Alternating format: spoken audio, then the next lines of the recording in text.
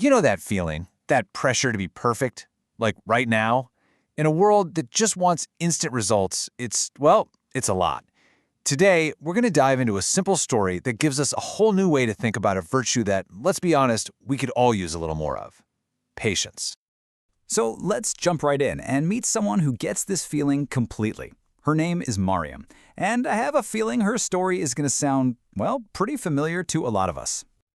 Okay, so what's so interesting here is this huge contrast. If you just looked at her life from the outside, it seemed perfect, right? She had a comfortable, loving family, lived in a peaceful town, everything she could possibly need. But inside, it was a totally different story.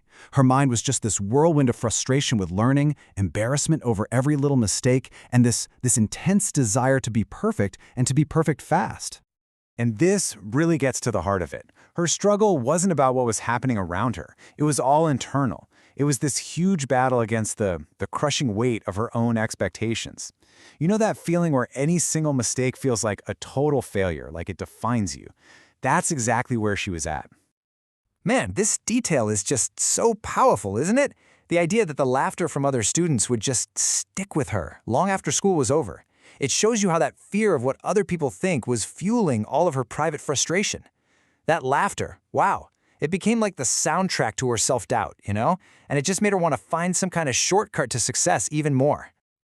But then, something shifted. A simple conversation, a chat with her mother, ended up planting the seed for a whole new way of looking at things. This is where it all starts to change. And this is the central idea, right here. It's such a huge shift. Her mom basically says, patience is not only for hard times, Mariam, it is for growing stronger. Whoa, think about that. She's reframing patience, not as this passive thing where you just grit your teeth and wait, but as an active tool you use to build yourself up. It's not about enduring, it's about building. So what does Mariam do? She takes this amazing piece of advice and turns it into a super practical 3-step plan for whenever she got stuck with her studies. It's simple, but brilliant. Step 1, just stay calm. Take a breath. Step 2, try again. Give it another shot. And step 3, and this is a big one, ask for help. No shame in it. Okay, so she has this new strategy, this new mindset, but how does it actually hold up when the pressure is really on? Well, a big school competition was just around the corner, and it was going to be the ultimate test. All right, so here's how it went down. Mariam worked so hard. She prepared like crazy. But on the big day, she made a mistake, and she didn't win the prize. Now this is the moment, right? The old Mariam might have been devastated, but the new Mariam, she walked right up to the winner with a real smile and sincerely congratulated them. That one action, it showed everything had changed. It was no longer about the prize, it was about her character. And you know who noticed? Her teacher. Her teacher saw it and just hit the nail on the head. They pointed out that true success, it wasn't about the trophy. It was about having patience and good character. That's a total redefinition of what it means to win, isn't it?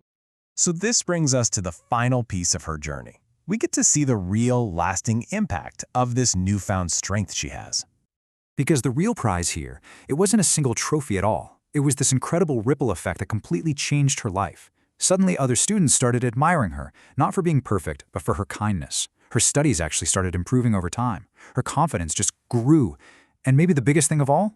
She learned how to face difficulties with a sense of peace instead of panic. She even found a deeper strength by trusting in something bigger than herself. So when you really think about it, the prize she won wasn't something she could put on a shelf. It was this incredible resilience she could carry with her for the rest of her life. It's this quiet inner strength, a light, really, that shines so much brighter than any trophy ever could.